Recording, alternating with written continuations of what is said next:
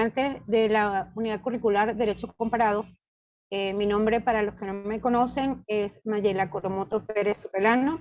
Soy abogada en libre ejercicio, egresada hace 14 años como abogado. Tengo una maestría en Derecho Procesal Penal, especializaciones en la misma área del área penal.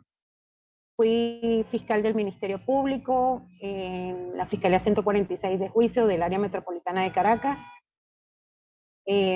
También fui secretaria de control en el circuito de responsabilidad penal de adolescentes, en la circunscripción judicial del Estado Táchira. Actualmente pues estoy en el libre ejercicio. Y bueno, por medio de este encuentro sincrónico, vamos a estar viendo lo que es la unidad número 1, que es la que le corresponde al día de hoy, de lo que es la unidad curricular Derecho Comparado.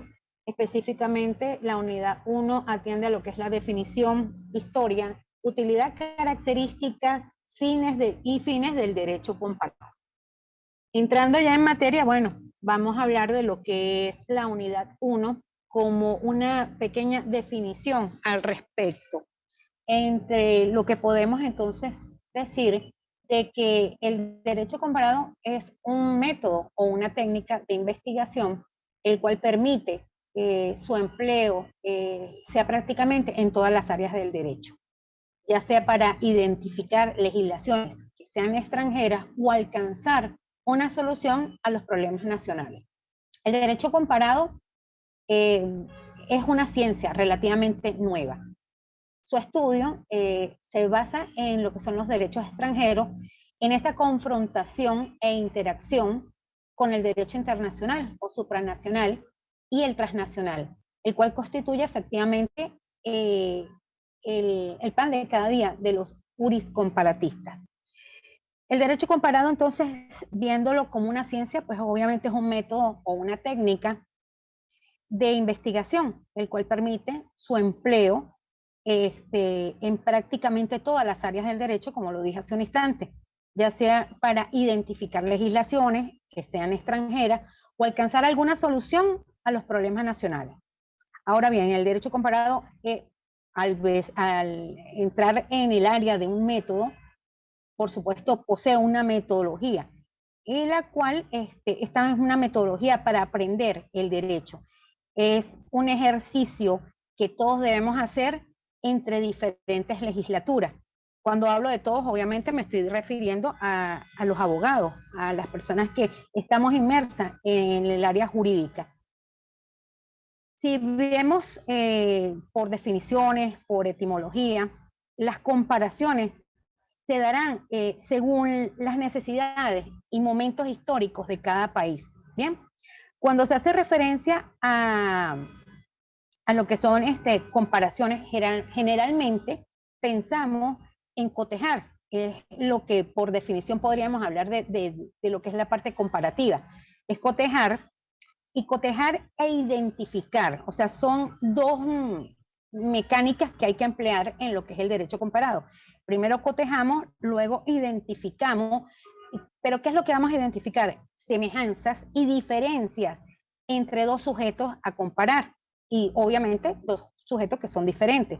Y así llegar a una conclusión. Esto es la mecánica como vamos a emplear lo que es el derecho comparado. Pero esto no es tan simple, ¿no? Es como, aquí vamos a equiparar esas similitudes y esas diferencias, y uno de los pasos que vamos a realizar en la comparación es pero obvio no es el único, ojo, ¿no? O sea, no es el único de equiparar, de comparar y de identificar esas similitudes y diferencias. Hay un poco más, porque cuando vamos a leer un poco más, es que mediante este ejercicio de comparar, de identificar, vamos a ir buscando, mediante esas conclusiones, aquello que nos permita, de cierta manera, crear una solución a determinados problemas según la necesidad y el momento histórico que se esté viviendo en el país que está aplicando este derecho comparado. Bien, entonces debe considerarse una serie de precauciones que afectan el derecho y al proceso de comparación. Estas cuestiones son cuestiones socioculturales, porque obviamente pues no todo lo que venga de un derecho extranjero, que lo vamos a extraer como para comparar junto con la legislación patria, nos pueda servir, porque de repente en el contexto sociocultural no nos sirve, porque lo que de repente aquí es un delito, en otra parte no lo es. Entonces eso, ojo, hay que tenerlo muy presente. Y también tenemos que tener presente lo que dije hace un instante, las necesidades que tenga cada país y el momento histórico que se esté viviendo, aunado a lo que es esta cuestión sociocultural, que es muy importante a la hora de la interpretación del derecho y también tomando en cuenta las barreras lingüísticas que éstas tengan. El derecho comparado puede entonces considerarse como esa disciplina la cual tiene una capacidad para tener su propio marco conceptual, en donde los juristas pueden aprender mucho más de lo que, de lo que ya el conocimiento previo adquirido. ¿Por qué? Porque estamos aprendiendo también la legislación de otros países y lo cual nos puede servir para tener una mayor concepción o abrir un abanico más amplio en lo que es el entorno jurídico, tanto en el derecho interno como externo. Ejemplo de esto podría citarse, si nos vamos al área del derecho procesal penal, citemos entonces lo que fue la reforma penal que se dio en el sistema acusatorio en Chile. Ahora, si nos vamos a la jurisdicción constitucional, podemos dar como ejemplo la sentencia de la Corte Constitucional Colombiana, la cual es muy sólida y es muy progresista. En estos dos ejemplos que le estoy dando, o sea, se ha aplicado con amplitud y con éxito muy productivo y muy progresista estas legislaciones, en la parte penal, el sistema acusatorio chileno, y en la parte constitucional, la Corte Constitucional Colombiana es muy docta en cuanto a lo que es el derecho constitucional en el derecho comparado. Ahora bien, en este mismo orden de ideas, puede considerarse como un método y a su vez trae una ventaja que es otorgada como un instrumento para la comparación, pero por otro lado, el acto de esa comparación no es solo un asunto de distinguir esas similitudes o esas diferencias, sino también de identificar. En esto hago mucho énfasis. ¿Por qué? Porque mediante esa identificación de similitudes, de diferencias, es que van a conseguir la compatibilidad entre los sujetos comparados. Entrando ahora en otro punto concerniente a la unidad número 1, vamos a hablar de un poco de la historia del derecho comparado. Y se remonta inicialmente, pues, tuvo su auge en el siglo XIX, en el cual desde la política con Platón se empieza a ver los primeros rasgos y es cuando compara 59 constituciones. También allí se le puede sumar las leyes de Atenas y las de Solón, y a partir del siglo XIX es que nace el razonamiento del derecho comparado. Ahora, haciendo una retrospección, si nos vamos al Imperio Romano y a los griegos, ellos también utilizaron el derecho comparado y nos encontramos allí con la ley de las 12 tablas, bien conocida por todos en el derecho romano y que ha sido una de las que ha tenido ese arraigo en el derecho, creando instituciones que actualmente son válidas en la parte de lo que es el derecho civil, como también en otras áreas del derecho. Entonces, siendo el primer ensayo de derecho comparado, y luego se constituyó en lo que fue el Código de Justiniano. Ahora, hablando de ese poco de historia, el derecho comparado, como le dije hace un instante, nace en el siglo XIX y desde la política de Platón se empieza a ver aquellos primeros pasos, aquellos primeros rasgos, cuando compara, como dije hace un instante, las 59 constituciones, las leyes de Atenas y las de Solón. Y desde siempre ha existido entre los eruditos juristas y que son eruditos que están atentos a la comparación en lo concerniente a lo que es los fenómenos jurídicos, ¿sí? Y aparte de jurídico, también a los fenómenos políticos. Ahora, en la antigüedad clásica, a Aristóteles se le adjudicaron varias compilaciones referentes a lo que es el derecho comparado y de las cuales surgieron las constituciones griegas. Pero antes del siglo XIX, hablando de manera general, si vemos en el siglo XVIII, el barón de Montesquieu es el que entra con algún tipo de contribución al derecho comparado, y esto lo hizo mediante la teoría política liberal. Fue como un medio en el cual el barón de Montesquieu, de manera fascinante y muy imaginativa, hace un ejercicio de comparación de formas de gobierno con otras legislaciones de derecho externo. Y de ahí es donde surge el espíritu de las leyes en el siglo XIX, que es donde tiene el arranque y el impulso y el auge del derecho comparado en el área jurídica.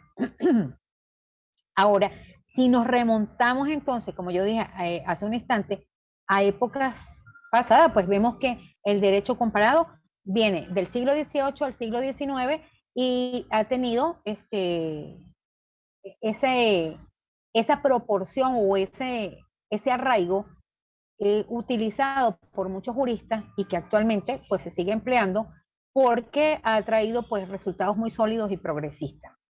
En la época actual, entonces vemos cómo se marca la evolución del derecho comparado, en el cual pues se ven que existe cierto tipo de problemas en las legislaciones con relación a las interpretaciones, utilizando pruebas, utilizando recursos, y estas herramientas que se han utilizado para el ejercicio de la comparación, como son las interpretaciones, las pruebas y los recursos, han creado un desarrollo en el ordenamiento jurídico y en las nuevas ramas del derecho. En el interín de su desarrollo y evolución, actualmente nos encontramos y tenemos un ordenamiento de derecho comparado, un ordenamiento jurídico de derecho comparado compuesto por 5 familias jurídicas contemporáneas, porque no corresponde a la unidad que estamos iniciando. Vamos a hablar de las familias jurídicas en la próxima clase, que corresponde a la unidad 2, el cual se encarga de hablar de la funcionabilidad del derecho comparado. Pero de manera muy somera, pues puedo clasificarle o enumerarle las 5 familias jurídicas contemporáneas del derecho comparado actual. Y la primera es la familia neorrománica o romano-germana. Está la familia del common law, las familias socialistas y el sistema religioso, como también el sistema mixto. Continuando entonces con lo que veníamos hablando de lo que es la historia y de lo que corresponde al auge de esta nueva ciencia del derecho, como es el derecho comparado, nos encontramos con que el protagonista de lo que ha sido el derecho comparado a nivel internacional ha sido el primer Congreso Internacional del Derecho Comparado, también conocido como la Ley de Lambert. El texto de Lambert surge en 1900 en París, que fue donde se llevó a cabo el primer Congreso Internacional de Derecho Comparado, y tiene un propósito muy explícito, ¿sí? Tiene el propósito que, aunque está realizado con mucho tacto y diplomacia, con el texto de Lambert es que define, disculpen el error, es que define con mayor precisión la función de la disciplina y así de tal manera poder orientarla como una rama práctica de la ciencia jurídica moderna y no como una ciencia social. El texto de Lambert tiene un propósito entonces explícito, el cual pues crea una orientación como una rama práctica de las ciencias jurídicas modernas y no es visto como una ciencia social histórica, que muchas personas pues pueden llegar a incurrir en ese grave error. Continuando entonces, vamos a ver lo que es el derecho comparado al abrirse al mundo. A hablar al abrirse al mundo, pues estoy hablando del uso del derecho comparado con un tema muy importante que es la tropicalización. La tropicalización tiene que ver mucho con la globalización y aquí pues es importante destacar que los cultores contemporáneos del derecho comparado obviamente nace por ese diálogo y esa labor de varios juristas que se conjugan y que se reúnen para crear lo que es este tema, ¿no? Y al hablar de estos juristas estoy hablando de lo que fueron los juristas franceses y de los alemanes, los cuales han influenciado por el cosmopolitismo que surge en la primera globalización y de ahí que los autores sienten la necesidad de fijar ese momento crítico para la elaboración en el momento de la celebración de este congreso del Amber, del cual le hablé en un instante, que es el primer congreso internacional de derecho comparado que se llevó a cabo en París en 1900. Se celebra en un marco de una gran exposición universal creado en París y que llegó a consolidarse como una de las primeras y aparte de las primeras más importantes ciudades globales, en este caso Francia para ese tiempo, específicamente París, es donde ya hay mucho auge en cuanto a lo que es la primera globalización, ¿sí? Y de allí es donde se dan los primeros pasos para este tema de la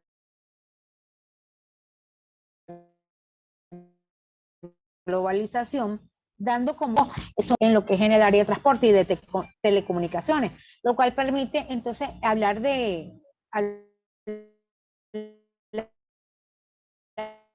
Se le va la voz, profe.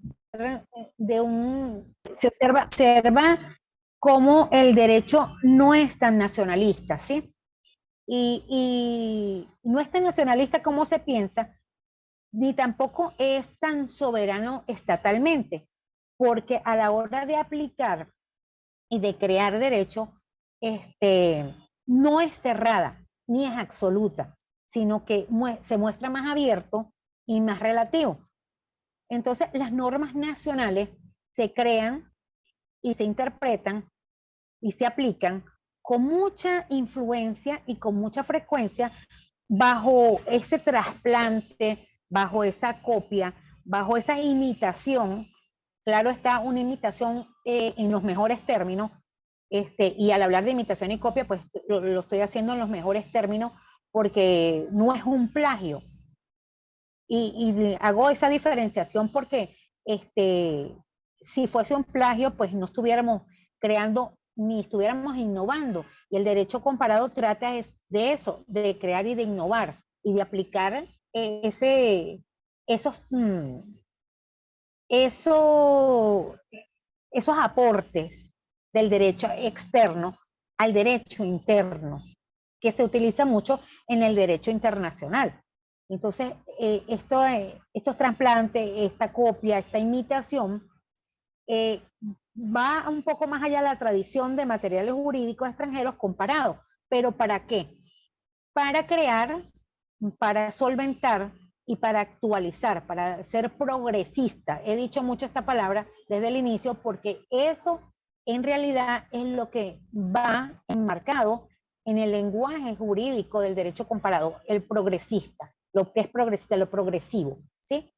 Y cuando estoy hablando de la tropicalización del derecho comparado, este término no lo hago absolutamente de una manera peyorativa, sino como una manera de identificar y de explicar la parte de ese proceso globalizador visible en la dinámica de diversas cortes constitucionales, en virtud de las cuales las doctrinas son importadas y al ser importadas son adaptadas a esa necesidad de cada país, que lo dije hace un instante, que había que tener muy en cuenta la necesidad de cada país y el momento histórico, como también el factor sociocultural del país que esté haciendo este ejercicio y en cuanto a su aplicación.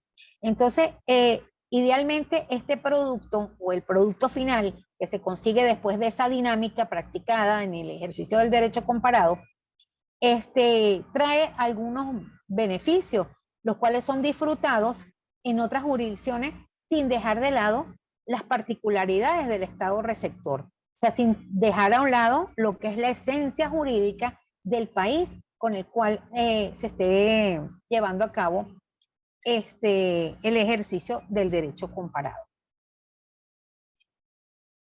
El derecho comparado no es, entonces, como dije, ni tan nacionalista, ni tan estatal como uno lo piensa a la hora de crear y de aplicar este tipo de prácticas, ¿sí?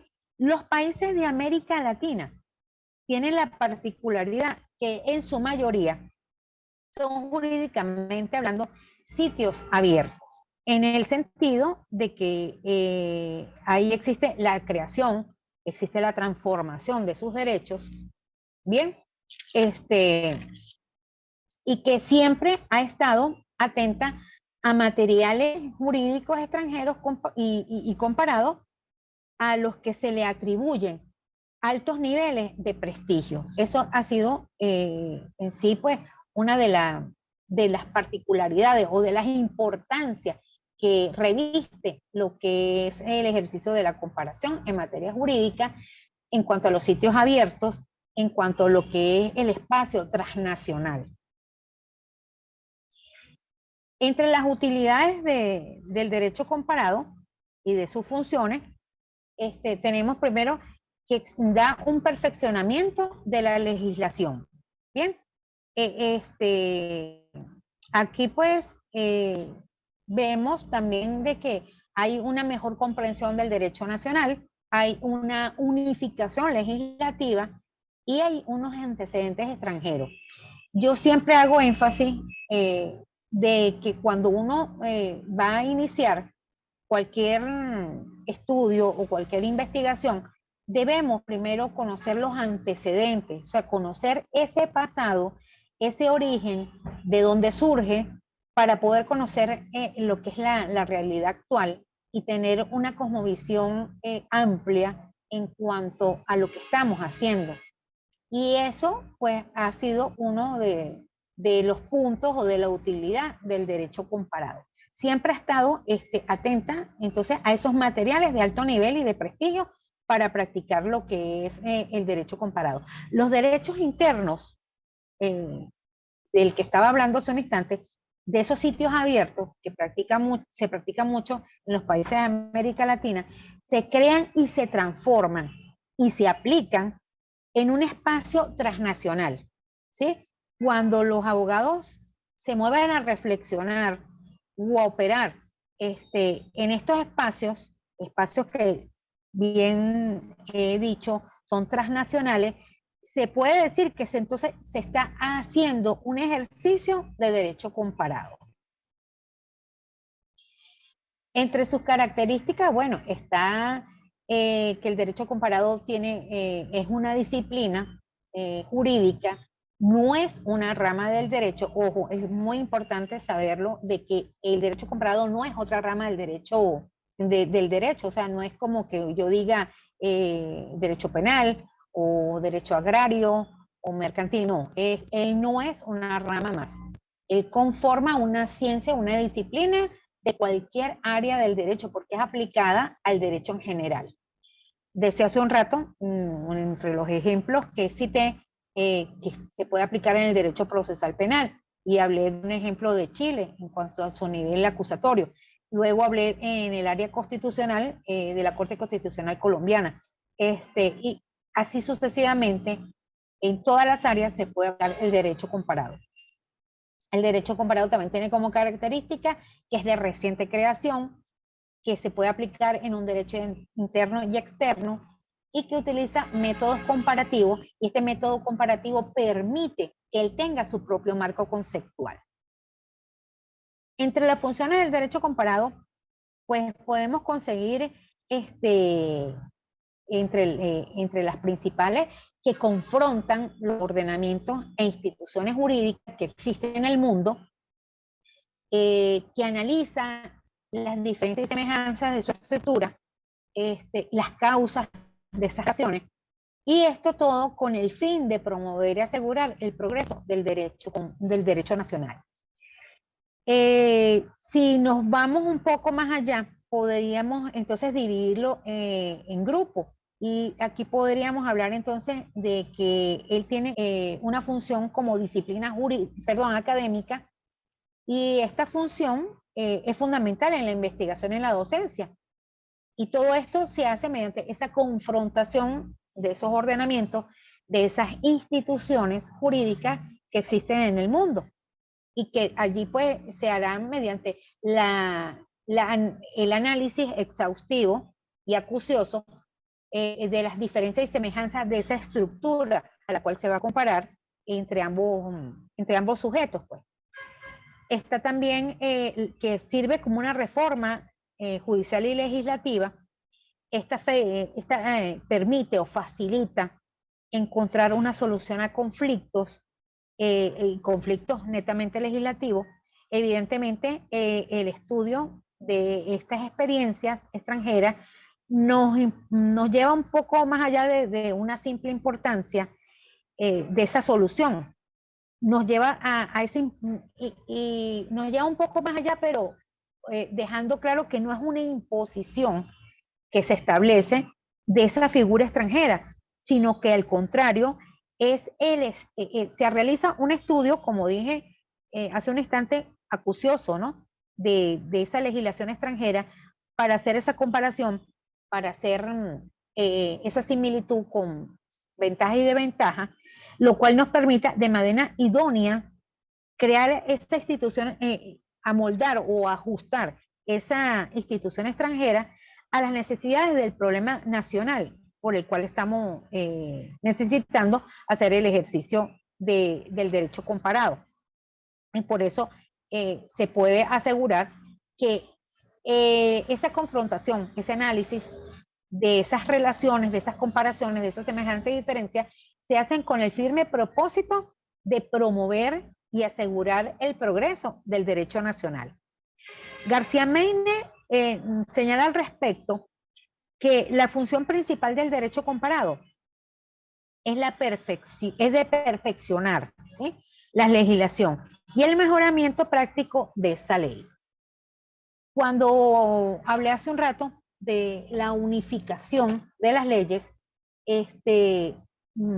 allí pues esa unificación de las leyes se hace en diversos países, y que implica ese coordinar esas reglas entre diversos sistemas para reducir las barreras legales entre los sistemas jurídicos comparados.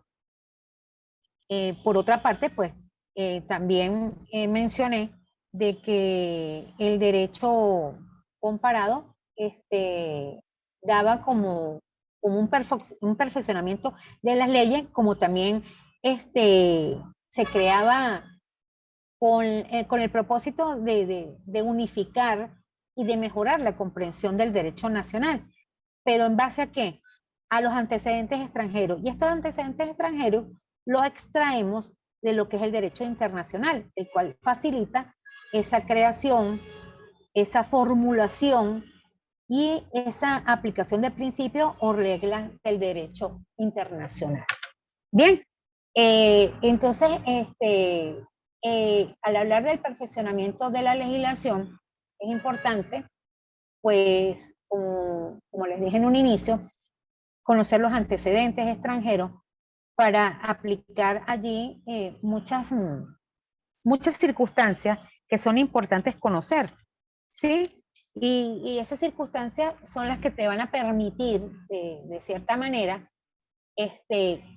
poder ejercitar las prácticas poder hacer similitudes, poder hacer diferenciaciones en cuanto a todo lo que es lo local o nacional, con lo que es el derecho internacional. Ahora, si vamos un poquito siendo como una práctica de lo que es el derecho comparado a nivel nacional, estoy hablando en Venezuela, encontramos que existen ciertas particularidades que hemos adoptado para este estudio, ¿sí? El doctor Eugenio Hernández Bretón, en un acto de inauguración del Departamento de Derecho Comparado del Instituto de Investigaciones Jurídicas de la Facultad de Derecho de la Universidad Católica Andrés Bello, sostuvo que el derecho comparado forma parte de la ciencia jurídica y que es inseparable de ella. Y yo paso a creer de que sí, ha sido así y siempre será así, porque el derecho explica lo fascinante que es el derecho comparado y también nos explica lo que es el derecho internacional privado. Es indudable que en Venezuela no podamos hacer una diferenciación o no creemos esa diferenciación de lo que es ese mismo orden de derecho comparado en Colombia, en Latinoamérica en general. Bien, ahora, la historia oficial del derecho comparado, pues lo dije desde un inicio, remonta al siglo XIX y corresponde cronológicamente a los inicios de grandes codificadores europeos. Sin descartar, obviamente, trabajos que se han llevado de manera aislada. Durante siglos precedentes, por ejemplo, podríamos citar a Saint Germain, a Francis Bacon, a Montesquieu, que hice cita de él hace un instante, a Hugo Grocio, que también tuvo que ver allí, a Leibniz y a Feuerbach en Alemania, como a muchos otros. Y ahora bien, esa realidad que para esos tiempos, antes del siglo XIX, en los territorios españoles de América, se regían lo que era conocido como el derecho indiano. Así fue conocido aquí en lo que es nuestro continente, el derecho comparado para el siglo XIX. Y bueno, de allí pues se fueron creando los reinos de las Indias, luego fueron creados supletoriamente lo que fue el derecho de Castilla, como el ius comune. También allí pues se vio obligada a hacer esa comparación en fin de suplir el vacío de correspondencia que había para ese tiempo. Y también existió la necesidad de respetar las primitivas costumbres aborígenes y que no se contradijeran entre esos supremos colonizadores del Estado con lo que era el derecho autóctono en ese momento. Luego, cuando vamos a lo que es la independencia de las colonias, en particular Venezuela, esta trajo consigo el problema de aplicación del derecho español, que era el que regía. La Constitución Federal para los Estados Unidos de Venezuela de 1811 declaró de manera contundente en su fuerza y vigor ese código en el sentido de un ordenamiento jurídico que hasta aquí no nos ha regido en todas las materias y puntos. Y es que directa o indirectamente no se contrapone o no se opone a lo que estaba establecido en esa Constitución, ¿sí? Es decir, que nacimos y crecimos como nación mirando a los sistemas jurídicos foráneos. Por ello, el derecho comparado se ha hecho una necesidad en el derecho venezolano. Eso así, de tal forma, pues, es que nos hemos familiarizado, con el derecho comparado en lo que ha sido, pues, el desarrollo de la parte jurídica o del ordenamiento jurídico venezolano, desde lo que fueron los Estados Unidos de Venezuela hasta la República Bolivariana de Venezuela, que es la que actualmente pues nos rige. Ahora, vale la pena también destacar que hubo un código en 1897 que contemplaba las ciencias sociales académicas y de la jurisprudencia, que no llegó nunca a instalarse, pero que en otras materias tenía como objeto el fomentar el derecho comparado y ¿cómo se llama? La legislación universal. Pero bueno, de allí no hubo mayor trascendencia. Y ahí como que de repente en 1915 una desaparición de lo que era la materia de legislación comparada, pero siguió enseñándose elementos o principios del derecho español antiguo o del derecho canónico o el derecho público eclesiástico, ¿sí? Posteriormente quiero destacar que un texto no muy conocido de un autor venezolano, quien es todavía menos conocido, se pudo considerar como el primer texto venezolano en materia de derecho comparado. Y se trata de una obra que llevó el insinuante título de La legislación comercial comparada de Europa y América Latina. Este libro fue publicado en París en 1869 y su autor fue el doctor Ricardo Ovidio Limardo. Fue un jurista larense, el cual falleció a principios del siglo XX. Y su obra no tuvo mayor relevancia ni connotación, pero fue objeto de dos valiosas recesiones por parte del gran venezolano, que fue don Cecilio Acosta, y que por cierto fue un destacado cultor del derecho internacional privado, y sobre todo en lo que fue la parte de legislación comparada. De allí también surgió un ensayo crítico sobre el primer volumen de la legislación comercial, en la legislación comercial obviamente comparada, de este autor, Ricardo Ovidio Limardo. Y pues con esto les quiero decir que se destacó profundamente esas raíces de la tradición comparatista en Venezuela. En este sentido, pues no escapa entonces a poderse traer a colación lo del Código Civil venezolano de 1896, que fue un código civil concordado en 2 tomos y que según las leyes de comercio del Código de Comercio venezolano fueron maravillosos en el ejercicio jurídico de la parte extranjera y lo que permitía entender mejor el derecho nacional. Entonces, en este sentido, pues, encontramos que en Venezuela, a mediados de 1950, se incorporó a la docencia universitaria lo que fue la parte del derecho comparado. En el Ministerio de Justicia también se dictaminó crear una oficina de derecho comparado, y de ahí fue donde se dictó el primer seminario de derecho comparado en la Universidad Central de Venezuela en el área de Pregado. También se hicieron varias ponencias en los congresos internacionales de derecho comparado. Se hablaron de lo que son los problemas y las perspectivas del derecho comparado, la situación del derecho comparado en Venezuela. Y posteriormente, y en la actualidad, tenemos al ilustre profesor Bruber Caría, el cual siempre ha hecho o ha sido activo y promotor y ha dictado distintos cursos de derecho comparado en los doctorados de derecho, dejando así legado y testimonio de ese derecho comparativo en Venezuela. Entonces, todos estos acontecimientos relevantes para la historia del derecho comparado en Venezuela están como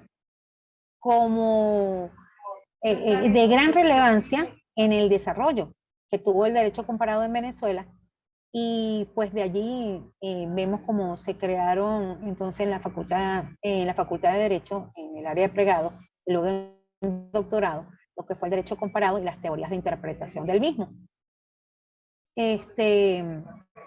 Otro punto a destacar es que para nosotros el derecho comparado se ha dado de manera tan natural que ha pasado, que no ha pasado desapercibido, ¿sí? La historia lo dice y así quedó plasmado, y que casi todos los tratados relevantes al estudio de derecho comparado han sido de mayor contribución al derecho latinoamericano, y que esto ha sido de gran mérito, ¿sí?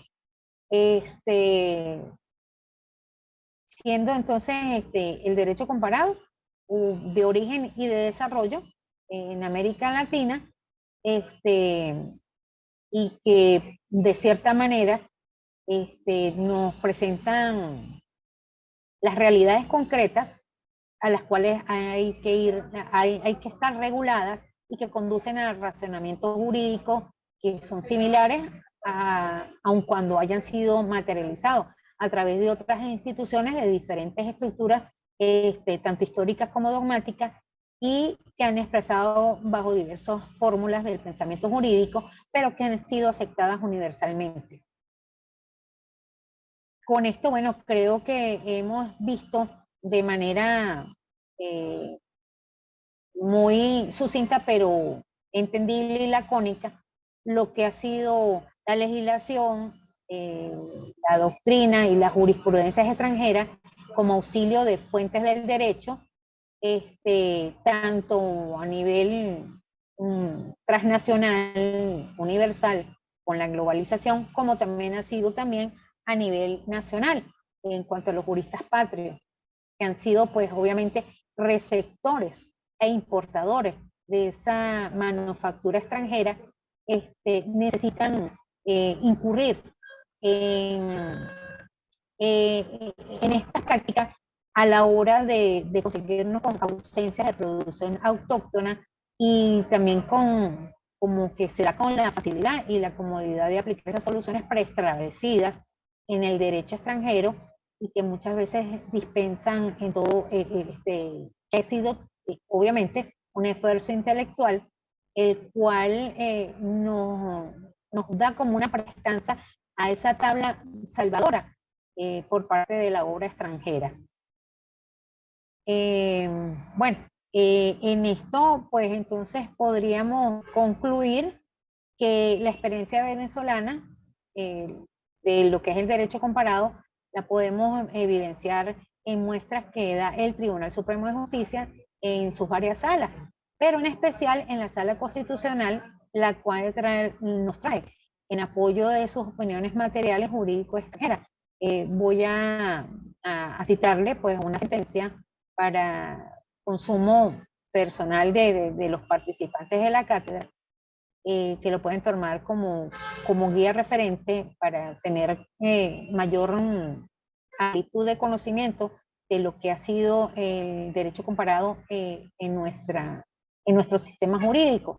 Y es la sentencia número 259 del 31 de marzo del 2016, en el caso de la ley del Banco Central de Venezuela. Esto lo pueden conseguir en el histórico del TCJ, en decisiones del mes de marzo del 2016. Sentencia número 259 del 31 de marzo. Esta sentencia hace uso desacertado del derecho comparado. ¿Sí? Es en esa decisión el magistrado ponente para ese momento afirma que se realizó un breve estudio de derecho comparado, y de ello constata que a nivel mundial su interpretación de la norma constitucional venezolana es acertada y la solución de la Asamblea Nacional es inconstitucional. Él mismo, el ponente, no entra en detalles en cuanto al mérito de lo decidido. Bien, pero sí menciona en ese breve estudio, el ponente cita algunos artículos de las legislaciones de los Estados Unidos de América, el cual hace conocimiento a la sala, y pues allí el sistema de reserva federal lo nombra o lo cita como un sistema de reserva federal de carácter privado, y en este hace alusión a lo que es el caso mexicano, el alemán, el portugués el de Costa Rica, como también el de Colombia y el de Argentina. De allí fue donde hizo ese breve ejercicio o ese breve estudio de derecho comparado. Y en todos estos casos, los artículos citados de las constituciones o de las leyes de esos países, un solo artículo bastó para ilustrarse en materia de derecho comparado en lo atinente a la designación de los miembros de los directorios de esas instituciones. Total, bueno, fue un ejemplo de lo que no debe hacerse en el derecho comparado.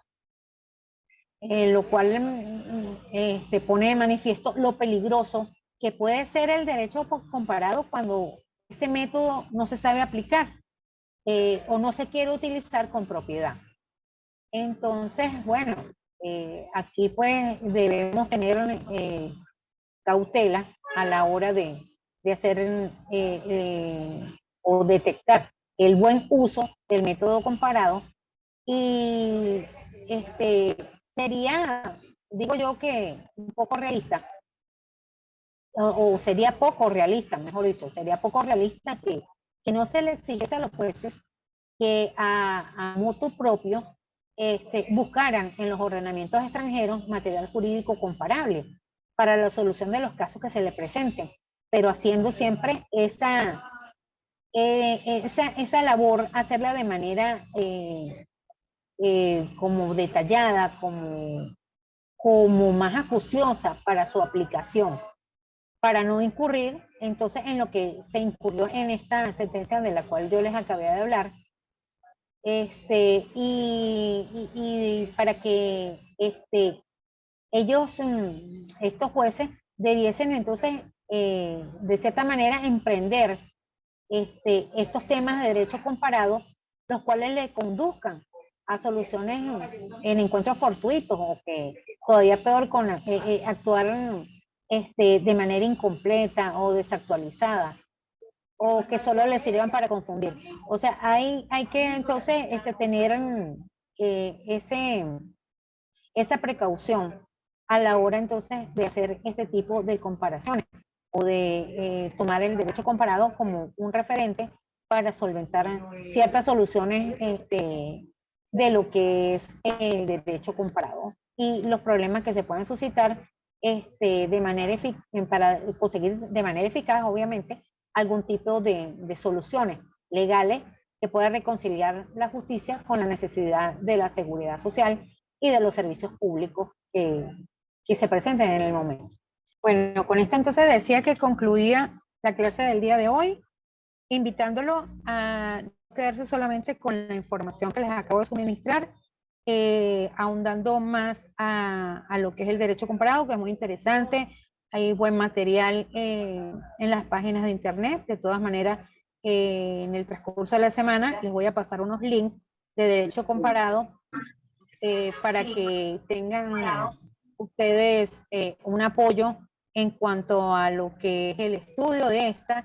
Les hago también la salvedad de que para el día de hoy estaré cargando a la plataforma el plan de evaluación de lo que vamos a desarrollar durante la materia, ¿sí? De manera así somera, pues le voy a hacer un breve esquema de lo que es el plan de evaluación, el cual, bueno, iniciamos obviamente con el día de hoy, el primer encuentro, y de allí vamos a tener un plan de evaluación que nos permita, caramba, ¿dónde lo tengo? Ya, un segundito para ubicar el plan de evaluación que es con el que voy a culminar. El plan de evaluación va a dar inicio con un ensayo que tiene inicio el día 17 de septiembre, el cual se va a tratar, el tema del ensayo va a ser desenvolvimiento histórico del derecho y de su estudio comparativo. Luego vamos, la segunda actividad para el 25 de septiembre es un análisis, el cual tiene por título La naturaleza y función del derecho comparado Y por último, vamos a tener dos actividades que van a comprender la unidad 3. Una para iniciar la entrega el 1 de octubre y es un mapa conceptual en donde ustedes van a señalar las relaciones entre los países que intervienen en el derecho comparado. Y otra segunda actividad correspondiente a la unidad 3, donde van a investigar un caso que efectúa el derecho compartificar la comparación que induce a ver más allá del derecho propio, o sea, del derecho nacional.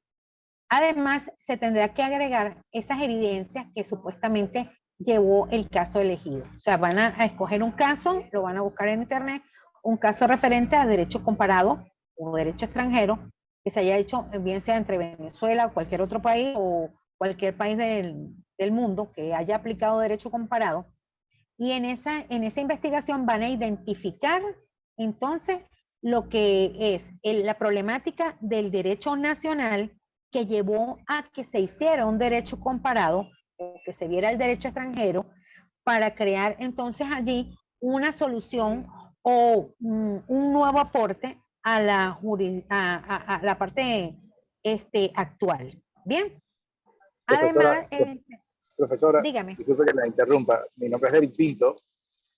Profesora, ¿qué posibilidad hay de que nos sugiera algunos casos que nosotros podamos elegir? Porque es que hemos tenido varios temas con el material, sobre todo proveniente. Entonces, si pudiese ser una posibilidad tener alguna gama de casos sugeridos y de esos elegir, que cada uno elija alguno distinto. No sé si mis compañeros están... Bueno, yo no tengo problema, pero tendrían que darme ustedes un margen de espera para yo poderles dar una posibilidad de decirle, mire, aquí les pongo estos casos que pueden utilizarlo como referente o lo pueden utilizar para trabajar con ellos. Porque pues le tengo la actividad, pero como es la última actividad, pues voy a tener tiempo para poderle entonces dar la sugerencia. Perfecto, gracias, profesora, mil gracias. Para servirle. Bueno, entonces como este último, le hago la acotación para que les quede claro, ¿no?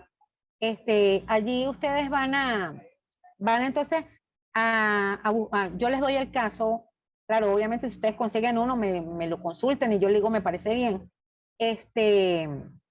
Ahí van a identificar entonces qué fue lo que llevó a que este derecho de ese país referente buscase ayuda en el derecho comparado para la solución de ese problema.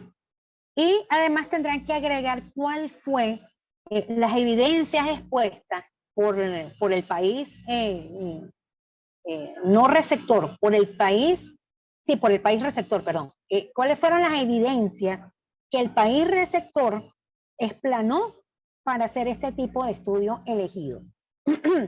Creo que con esta explicación les ha quedado clara la última actividad. No sé si tienen alguna duda. Aprovechen que tenemos 2 minutos para poder explicar y si no, bueno, ya saben por dónde pueden acudir, por el correo o también por el grupo de WhatsApp para cualquier duda que tengan al respecto. Bueno, no siendo más por el día de hoy, les deseo un feliz fin de semana, éxito y bendiciones para todos. Feliz sábado. Gracias, profesora. Feliz sábado, gracias. Hasta luego. Hasta luego.